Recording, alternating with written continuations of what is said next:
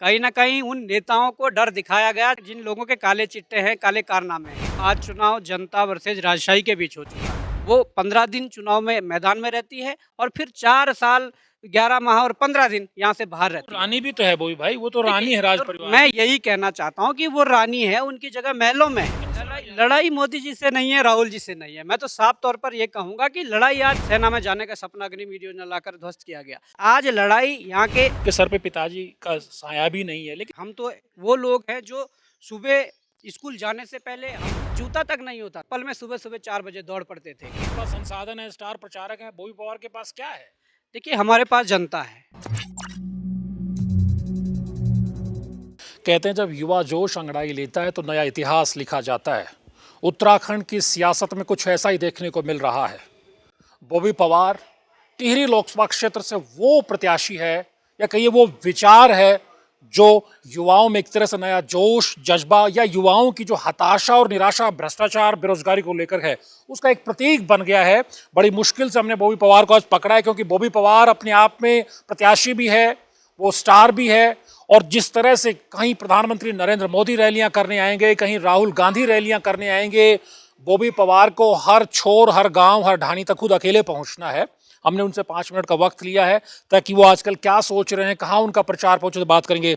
बॉबी भाई, आपने वक्त निकाला इतने बिजी शेड्यूल से, सबसे पहले उसके लिए बहुत बहुत धन्यवाद आपका। चुनाव किस तरह का चल रहा है आपका?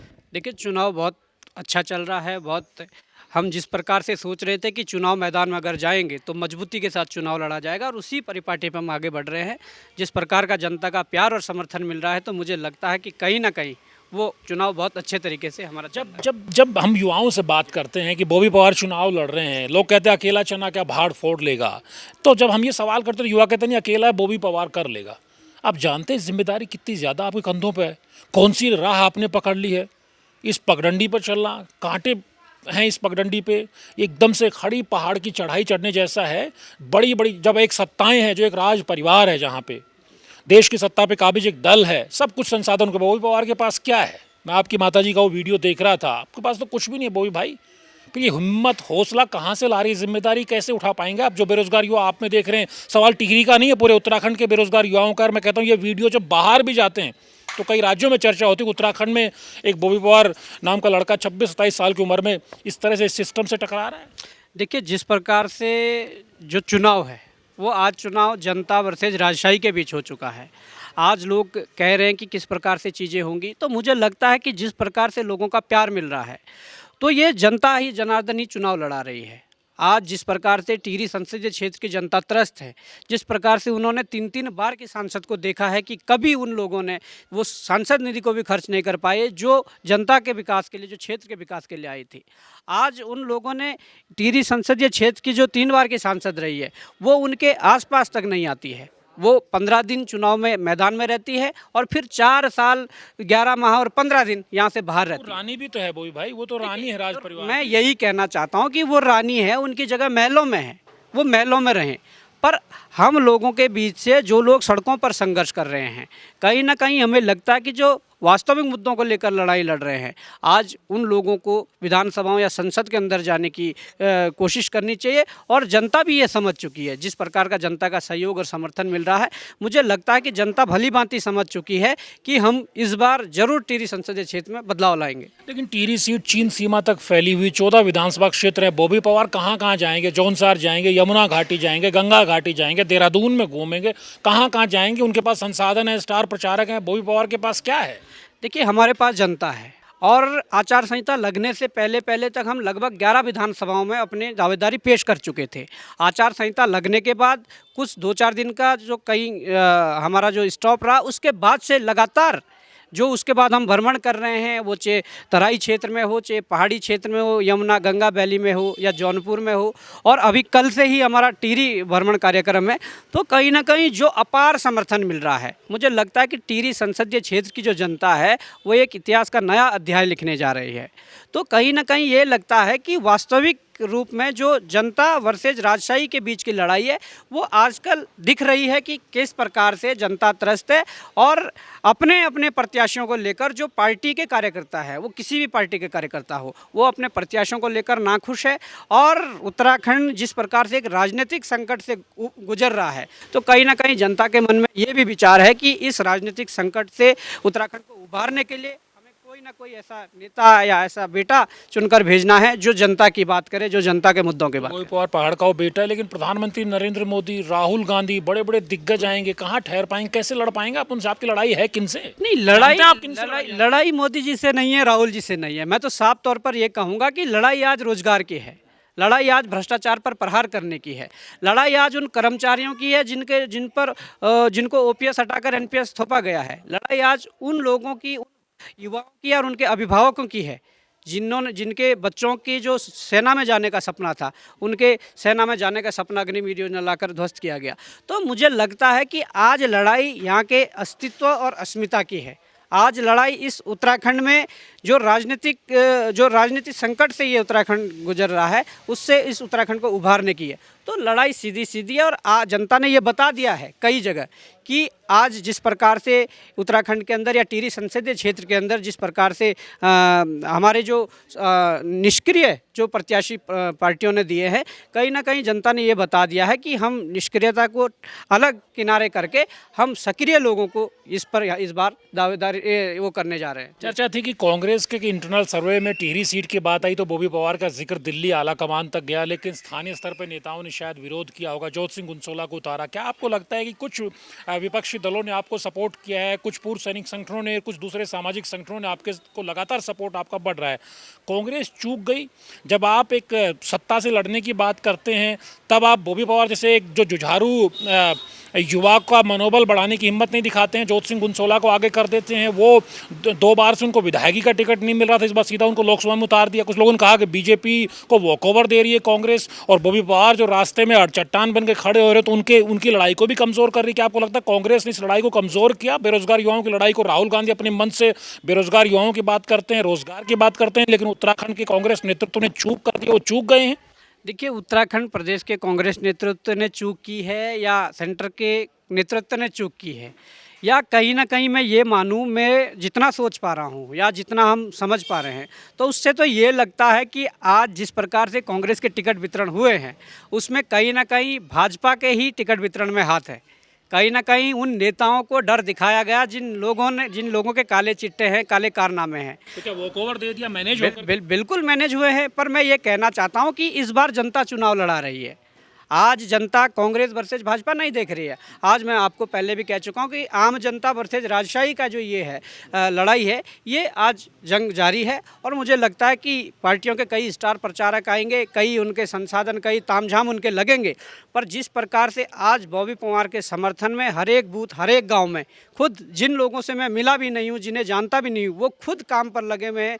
वो अपने बूथ पर बॉबी पवार को प्रत्याशी ना मानते हुए वो अपने आप को प्रत्याशी मानकर उस बूथ पर मेहनत कर रहे हैं। तो उससे बेरोजगार युवा मान रहा है कि मैं बॉबी पवार हूँ, ये बहुत अच्छी बात है, लेकिन सबसे बड़ी बात है बॉबी पवार के मुद्दे क्या हैं? हमने आपको बेरोजगारी के मोर्चे पे, पेपर लीक के मोर्चे पे संघर्ष करते हुए देखा, पुलिस के डंडे खाते हुए देखा, जेल में जाते हुए देखा, एक बार नहीं कई बार जाते हुए देखा।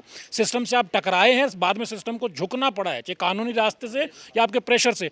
आज बॉबी पवार के मुद्दे क्या हैं? कौन कौन से मुद्दों को लेकर के आप युवाओं के बीच जा रहे हैं, खासतौर पर उन अभिभावकों को भी जगाने की कोशिश कर रहे हैं, क्योंकि आप उनके बच्चों की लड़ाई लड़ रहे हैं, जिनके बच्चे आज लाइब्रेरीज में बैठ करके, कोचिंग सेंटर्स में बैठ के तैयारी कर रहे हैं। बॉबी पवार सड़क पर उतर के उनकी लड़ाई लड़ रहे हैं, तो उन अभिभावकों को क्या कहना चाहेंगे? कौन कौन से वो मुद्दे हैं जो बॉबी पवार के मुद्दे नहीं, जो हर उत्तराखंड के बेरोजगार युवा के मुद्दे हैं? देखिए, मुद्दे साफ है। सबसे बड़ा मुद्दा रोजगार है, और रोजगार का मतलब केवल सरकारी नौकरी नहीं है। रोजगार का मतलब एक ऐसी व्यवस्था है जिससे कि किसी युवाओं को सक्षम बनाया जा सके, वो अपना आजीविका वो जिससे अर्जित कर सके। मुद्दा रोजगार का है, मुद्दा भ्रष्टाचार पर प्रहार करने का है। मुद्दा आज जिस प्रकार से हमारे कुछ साथी, जिन लोगों ने लगातार 5-7 वर्ष मेहनत की और उसके कड़ी मेहनत के बाद वो नौकरी में चले गए, पर उनका जो ओपीएस का मुद्दा है वो मुद्दा है। हम लोगों के इस उत्तराखंड में सैनिक बहुल्य क्षेत्र में जिस प्रकार से युवाओं का एक मकसद रहता था कि देश की सेवा के लिए भारतीय सेना में जाना है, पर वो उनके पास जूता तक नहीं होता था, वो चप्पल में सुबह सुबह 4 बजे दौड़ पड़ते थे। पर उन लोगों के सपने को चकनाचूर करने का जो अग्निवीर योजना ने काम किया, वो मुद्दा है। मैं ये कहना चाहता हूँ कि आज प्रहार करने की ज़रूरत है वोट के माध्यम से उन युवाओं को भी, अभिभावकों को भी।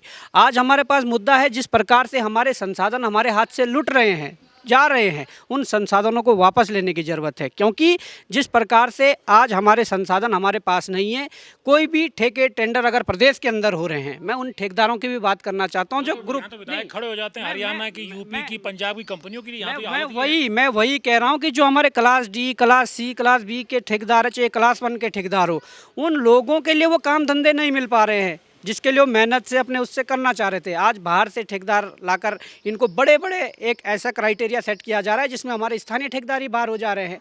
आज जो स्वरोजगार की जो राह पर जो उत्तराखंड को चलना चाहिए था, यहाँ पर क्या नहीं है। यहाँ पर पर्यटन की अपार संभावनाएं हैं, यहाँ पर बागवानी कृषि की अपार संभावनाएं हैं, पर जो भी बजट यहाँ पर आ रहा है उस बजट को ईमानदारी के साथ अगर जनता के बीच लेकर जाए और उस पर जो उसके उत्पादन क्षमता है उसको उस बजट के माध्यम से बढ़ाया जाए, तो मुझे लगता है सबसे बड़ी उपलब्धि यही होगी। पर यहाँ क्या हो रखा है, जिस प्रकार से बड़ी कमीशनखोरी है किसी भी विभाग में हो, वो कमीशनखोरी को ख़त्म करने का हमारा मकसद है। और जिस प्रकार से योजनाएं चलती है, आती है, जो लाभार्थी होता है उस तक अगर 1 लाख की जो लाभ उसे होना होता है तो उससे 40% काट लिया जा रहा है, वो उस पर प्रहार करना हमारा मकसद है। इस प्रकार के तमाम मुद्दे, चाहे वो मूल निवास से हटाकर जो सरकारी नौकरी के लिए स्थायी निवास प्रमाण पत्र लाया गया है, और उस स्थायी निवास लाने के बाद से जिस प्रकार से यहाँ के ग्रुप सी और ग्रुप डी में जिस प्रकार से जो किसी भी प्रदेश में हो वहीं के स्थानीय युवाओं को ग्रुप डी और ग्रुप सी में रखा जाता है, पर यहाँ सबके लिए दरवाजे खोल देना, ये हमारी लड़ाई है। यहाँ के उत्तराखंड की आत्मा के मुद्दे बॉबी पवार उठा रहे हैं, लेकिन क्या लोग जगें? क्योंकि जिस देहरादून या आपके टिहरी संसदीय क्षेत्र में जो देहरादून का बड़ा हिस्सा आता है, धर्मपुर सीट को अगर हटा दें, डोईवाला, ऋषिकेश को, लेकिन यहाँ लोग कम वोट डालने के लिए आते हैं। बॉबी पवार जी, ये पढ़े लिखे लोग उतना वोट नहीं डालते हैं जितने गाँव देहात के लोग वोट डालते हैं। लोगों से क्या अपील करेंगे? क्योंकि आज फिर बार बार कहते हैं कि तबीयत से पत्थर तो उछालो, तो आसमान में सुराख करने के लिए तो बॉबी पवार निकल पड़े हैं। अब तो लोगों को निकलना पड़ेगा। आपको लगता है फिर 5 साल रोने से भला? क्योंकि जहाँ जहाँ देख रहे रानी का विरोध हो रहा है, नारे बॉबी पवार के लग रहे हैं, क्या कहेंगे? मैं कहता हूं कि इस बार की जो वोटिंग होगी वो प्रचंड रूप से वोटिंग होगी, क्योंकि हम लोगों ने हमेशा से सड़कों पर लड़कर पढ़े लिखे समाज की बात की है और उन असहाय लोगों की भी बात की है जो कहीं ना कहीं इस विकास की मुख्य धारा से पीछे छूटे हैं। तो जो वोट देने नहीं आते थे, आजकल जो हमारे पास सर्वे आ रहे हैं, जो आंकड़े आ रहे हैं, युवा खुद कह रहे हैं कि हम छुट्टी लेके अपने गाँव, अपने बूथ पर वोट देने जाएंगे। तो मुझे लगता है कि वोटिंग परसेंटेज बढ़ेगा, और जब जब वोटिंग परसेंटेज बढ़ा है तब तब बदलाव निश्चित हुआ है। तो मुझे यही उम्मीद है कि इस बार समस्त युवा शक्ति या उनके अभिभावक या समस्त कर्मचारी वर्ग जो है वो अपने वोटिंग को अपने बूथ स्तर पर जाकर वहाँ पर वोटिंग करें और हमारे पक्ष में वोटिंग करें, क्योंकि हम लगातार जनहित के मुद्दों को लेकर और उत्तराखंड के वास्तविक जो मुद्दे हैं उनको चुनावी मुद्दे बनाने को लेकर हम संघर्ष कर रहे हैं। वही भाई, मैं 4-5 साल से तो आपको कम से कम कवर कर ही रहा हूँ। उससे पहले भी हमारे साथ ही लोग आपको कवर करते रहे। मुझे अभी पता चला कि आपके सर पे पिताजी का साया भी नहीं है, लेकिन आपने कभी 4-5 सालों के संघर्ष में जब पुलिस से डंडे खा रहे थे, जब आप धरना प्रोटेस्ट कर रहे थे, भूख हड़ताल भी करते, ऐसा महसूस नहीं होने दिया? इतनी ताकत कहाँ से लाते हैं, कैसे अपने आप को बटोरते? क्योंकि एक सामान्य घर का निकला हुआ लड़का इस व्यवस्था से लड़ रहा है, इन बड़ी बड़ी धन्ना सेठों की पार्टियों से लड़ रहा है। देखिए, बचपन से ही हमने संघर्ष किया है। हमने तो बचपन से ग्रामीण परिवेश से शिक्षा ग्रहण करके हम लोगों ने आगे का संघर्ष किया है। हम तो वो लोग हैं जो सुबह स्कूल जाने से पहले हम अपने डंगरों के लिए, पशुओं के लिए चारा लेकर आते थे। हम वो लोग हैं जो स्कूल की छुट्टी होने के बाद चारा लेने जाते थे। जिस दिन स्कूल की छुट्टी होती है उस दिन घास काटने, लकड़ी काटने, खेतों में काम करने, हल चलाने जाते थे। तो हम लोगों ने बचपन से ही बहुत संघर्ष किया है। पर ठीक है, हम लोगों की जो जिस प्रकार से हमारा माहौल है, जिस प्रकार से हमारी संस्कृति सभ्यता है, उस राह पर आगे चलकर हमें सिर्फ हमारे अभिभावकों ने, माता पिता ने ये सिखाया है कि हमेशा सही को सही और गलत को गलत बोलने की हिम्मत रखनी है। आपके सामने हो सकता है कि कड़ी चुनौतियाँ आए, पर उन चुनौतियों से पार किया जा सकता है कि आप अपने स्तर पर ईमानदारी बनाए रखें। आप सही को सही और गलत को गलत बोलने की जब हिम्मत कर लोगे तो मुझे लगता है कि कोई भी बड़ी ताकत आप लोगों को रोक नहीं पाएगी। लड़ाई में पीछे नहीं हटेंगे? नहीं, बिल्कुल पीछे नहीं हटेंगे। ये संकल्प है तब तक जब तक इस शरीर में अब सांस रहेगी, क्योंकि इस उत्तराखंड को बेहतर बनाने के लिए जो सड़कों पर संघर्ष किया है, अब आगे जो कारवां जुड़ रहा है उन लोगों को विश्वास दिलाता हूं कि आप लोगों के साथ कंधे से कंधा मिलाकर, कदम से कदम मिलाकर इस उत्तराखंड की बेहतरी के लिए बड़े अच्छे तरीके से, मुखरता से और बड़े संघर्षशील रास्ते पर चलकर लड़ा जाएगा। जी। निश्चित तौर पर बॉबी पवार वो उन लोगों के लिए जवाब है जो लोगों की सियासत से अरुचि हो गई, जो कहते हैं कि सियासत में वो मजा नहीं, किनको वोट दें, कल इनको दिया था आज इनको देंगे। वो भी एक हवा का नया झोंका है, आपके सामने एक अवसर है, देखना आपको पड़ेगा, देखना टिहरी की पूरी जनता को पड़ेगा, क्योंकि वोट जो है जनता का वोट होता है, वो जनता ही जनार्दन होती है। बॉबी पवार ने अपने आप को आप जनता के सामने प्रस्तुत किया है। टिहरी का चुनाव दिलचस्प हो गया है, लेकिन फैसला चूंकि जनता को लेना है, आपको लेना है, आप ही तय करेंगे बॉबी पवार का राजनीतिक भविष्य क्या होता है, रानी का राजनीतिक भविष्य क्या होता है, जोत सिंह गुनसोला का राजनीतिक भविष्य क्या होता है, और इस तरह से टिहरी और उत्तराखंड का सियासी भविष्य क्या होता है। नमस्कार, द न्यूज़ अड्डा को देखते रहिए, लाइक शेयर और सब्सक्राइब करिए। हम आप तक इस तरह की खबरें और लाते रहेंगे। नमस्कार।